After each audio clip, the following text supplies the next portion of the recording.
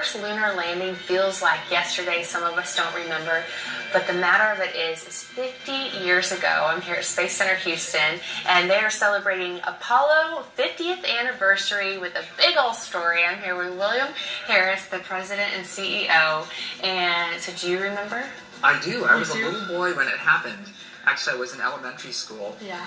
And we were all brought to the television, the black and white TV, to actually watch the first humans walk on the surface of the moon. So, I mean, it gives me chills to this day just to think about it. And what I think is so great for the people that weren't there or don't have that memory, you can come here and experience it like it really happened. So you guys have so much under one roof. Tell people why they should come in and experience this. Well, Space Center Houston is all about interpreting NASA and the U.S. space program with an emphasis on human space exploration. So when you come here, we actually take you through the steps of the development of that program, from the early days of the Mercury Redstone program, the Gemini, and Apollo 17. And we have real capsules from each phase of that program. And so we look at this incredible achievement. And when no one had ever gone into deep space, the way we had, we were in the race against the Soviet Union at the time, spurred on by Sputnik, and the U.S. had to kind of catch up, but then we actually advanced ahead of the Soviet Union. And so it was an incredible national achievement, but really achievement for humanity to have humans step onto the surface of the moon. Yeah, I mean, think about that. Like, how crazy that must be. A lot of people too, I think, I know I learned a lot today, I was here chatting, and that, there was Apollo 1, and then I was like, well, what is it? Why did it jump to 7? And it's little facts like that you could come and learn, right? Absolutely. So we talk about the history, but it really enables us to talk about what's currently going on and where we're going with space exploration, and specifically human space exploration.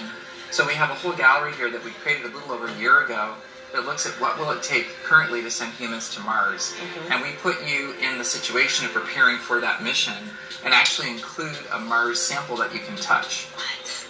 That is so neat. And I understand there's a whole section too that's with art and where people can come enjoy, right?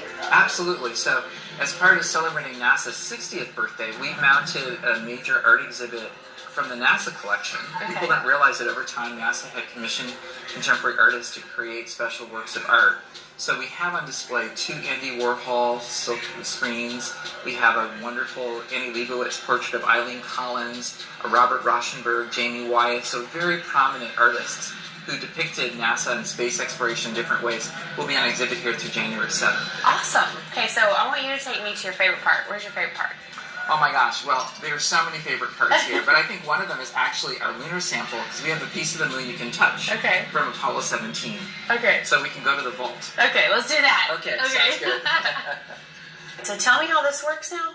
So you have here a piece of the moon from Apollo 17, and you are touching a piece of the moon. We're one of 3 locations in the country that has a touchable lunar sample. So you just touched the moon. That is so cool. Okay, so tell people, everybody, why they have to come in. You guys are celebrating big. Absolutely. Well, we're celebrating the 50th anniversary of Apollo 11, but also all of the Apollo missions.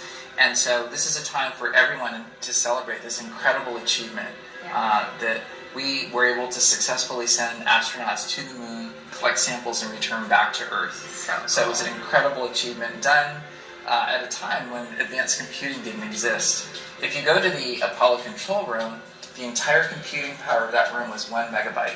What? And there was a whole floor of mainframe computers that provided that capacity. Oh, so that's probably more memory than you'd need for a single photograph on your smartphone. Wow, so cool. Well, I just think it's so cool that all of these really neat things are under one roof, and you can come, you can learn so much, and it really is a chilling experience. So for more information, go to greatdayhouston.com. When we come back.